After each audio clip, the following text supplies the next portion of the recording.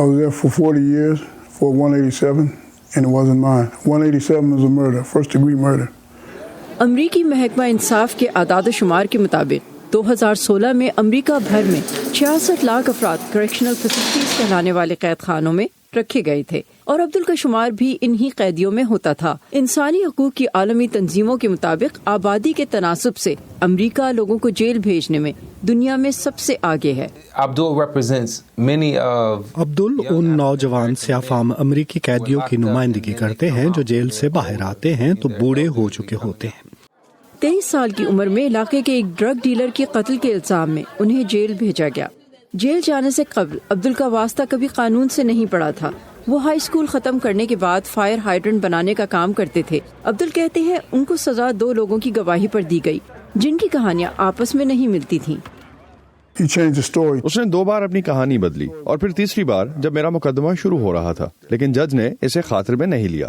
عبدل کو قتل کے الزام میں 7 سال کی سزا ہوئی تھی، لیکن انہیں رہائی 40 سال بعد ملی۔ جب بھی وہ قانونی چارہ جوئی کرتے انہیں دوسری جیل منتقل کر دیا جاتا۔ جیل میں انہوں نے خود کو خطرناک عادی مجرموں کے درمیان پایا۔ اس ماحول میں گزارا کرنے کے لیے انہیں نئے طور طریقے سیکھنا پڑے۔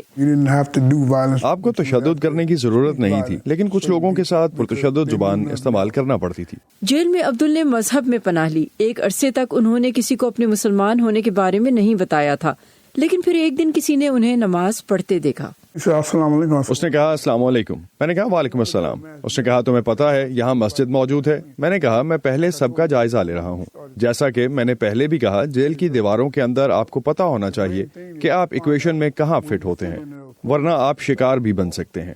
امریکی تنظیم مسلم ایڈوکیٹس کے مطابق امریکہ میں مسلمانوں کی تعداد امریکی آبادی کا 1% ہے، جبکہ امریکی جیلوں میں 9% مسلمان ہیں۔ اس کی ایک بڑی وجہ امریکی جیلوں میں قیدیوں کا اسلام کو قبول کرنا بتایا جاتا ہے۔ اس سوال کے جواب میں کہ قیدی اسلام ہی کی جانب کیوں راغب ہیں، عبدل کہتے ہیں کیونکہ اسلام زیادہ مضبوط مذہب ہے، اور جو زیادہ مذہبی ہوتے ہیں تو آپ کو پتہ چل جاتا ہے کہ وہ مسلمان ہیں۔ وہ کہتے ہیں کہ اکثر قیدی جیل کی صعوبتیں برداشت نہیں کر پاتے اور ذہنی امراض کا شکار ہو جاتے ہیں۔ ایسے میں مذہب سہارے سے کم نہیں۔ کہ جب بھی کچھ ہوتا تھا تو میں اسے اللہ پر چھوڑ دیتا تھا۔ میرے پاس کوئی دوسرا راستہ نہیں تھا، اور اگر میں نے ایسا نہ کیا ہوتا تو شاید آج میں باہر نہ ہوتا۔ اور یہ بھی کہ اگر انہوں نے لوگوں کو غلط سزا اور ان کی سزا سے زیادہ قید کرنے سے متعلق قوانین نہ بدلے ہوتے۔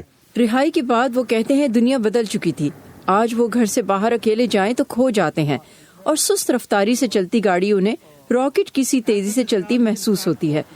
رہا ہونے والے قیدیوں کے لیے امریکہ میں بہت سی تنظیمیں انہیں معاشرے میں اپنی جگہ بنانے میں مدد کرتی ہیں۔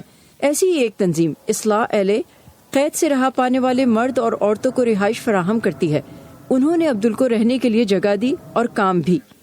عبدل یہ یقینی بناتے ہیں کہ گھر میں رہنے والے اس گھر کے اصولوں کے پابند رہیں اور انہیں کسی قسم کی پریشانی نہ ہو۔ وہ دوسرے جیل سے نکلنے والوں کی مدد کے لیے مختلف تنظیموں میں رضاکارانہ خدمات بھی انجام دیتے ہیں۔